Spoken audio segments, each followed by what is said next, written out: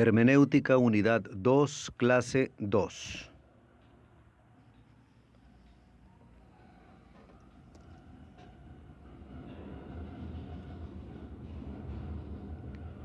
Vamos a hablar sobre hermenéutica y filosofía. Ya hablamos sobre la hermenéutica judía, la hermenéutica de los primeros cristianos, cómo veían el Antiguo Testamento. Pero vamos a hablar sobre los fundamentos de la hermenéutica como ciencia y la vamos a asociar a la filosofía y vamos a hacer un análisis a partir de la filosofía. Vamos a estudiar en la clase de hoy la hermenéutica a partir del pensamiento racional, del pensamiento filosófico. El objetivo es exponer las transformaciones en el modelo de la hermenéutica bíblica, o sea, el cambio de entendimiento de que las escrituras son una obra divina para una comprensión de que Dios inspiró hombres y mujeres para la elaboración de la Biblia. Tenemos un primer momento, la obra divina, y posteriormente vamos entendiendo que Dios dio cobertura a hombres y mujeres para que escribieran sobre su actuación, sobre su acción para los hombres y con los hombres. Antes vamos a indicar una lectura, la hermenéutica de Hans Georg Gadamer. Es un alemán, y la interpretación bíblica, una posible contribución. Para Gadamer se comprende el mundo por medio de la interpretación, sin la cual es imposible hacer una lectura de la realidad y de la historia.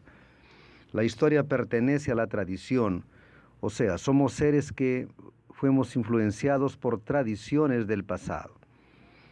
Y esas tradiciones van influenciando nuevas tradiciones. Este texto es importantísimo, pues indica una noción más profundizada sobre hermenéutica. Gadamer es un filósofo contemporáneo y considerado actualmente uno de los más importantes hermeneutas y filósofos que se focalizaron en la hermenéutica. Recomiendo que lo lean con más profundidad. Vamos a hacer esta comparación, razón y escrituras. Antes del siglo XIX, la autoridad divina de las escrituras era incuestionable. Sin embargo, algunos autores defienden la idea de que la autoría bíblica está fundamentada en manos humanas. Aseguran que partes de las escrituras eran compuestas por grados de inspiración divina y en algunos casos podrían contener errores. Schleiermacher, por ejemplo, defendía la idea de que no había presencia de lo sobrenatural en la oración bíblica. Nosotros ya estamos entrando en el periodo influenciado por el iluminismo, donde la razón reina. No estoy diciendo si estas personas tenían fe o no, comprendían la importancia de la fe o no.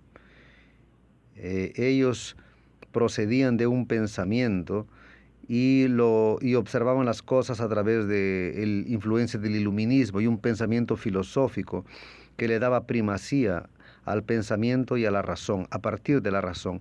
Entonces, se coloca lo siguiente: quien escribió esto fueron hombres, entonces Dios iluminó a esos hombres. Entonces vamos a ver cómo esto sucede.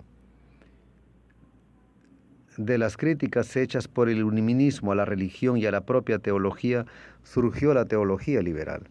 Como mencionamos anteriormente, Schleiermacher, conocido como el precursor de la hermenéutica moderna y de la teología liberal, era el influenciador de los estudios teológicos del siglo XIX, donde se comienza a pensar en la hermenéutica, donde se sistematiza la hermenéutica de forma más racional.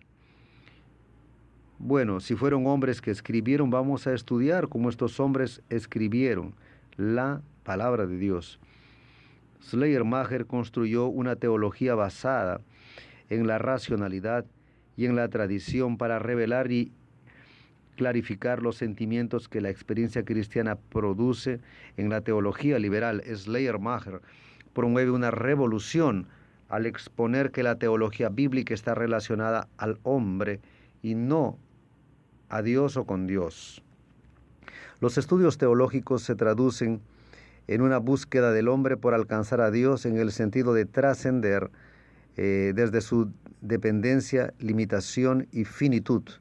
Para este autor, es pues la teología la iniciativa del hombre de buscar a Dios de la misma forma que Dios toca al hombre y su conciencia, toca su espiritualidad, y el ser humano influenciado por esto, tocado por esto, escribe sobre la actuación de Dios aquí en la tierra y sobre las influencias que Dios coloca sobre el hombre. Entonces, él sistematiza. Es una forma bastante racional y es posible comprender eso, porque cuando pensamos sobre cómo la Biblia surgió, cómo fue escrita, cómo fue la influencia de las personas, cómo fueron influenciadas las personas que escribieron las Escrituras, él comienza a cuestionar.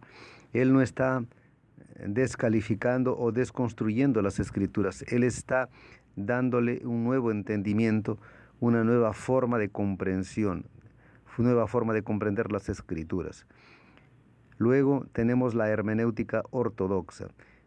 La hermenéutica ortodoxa o dogmática es caracterizada por el confesionalismo y dogmatismo exacerbado, con origen en el Concilio de Trento en 1545 a 1563, era un concilio que nunca terminaba.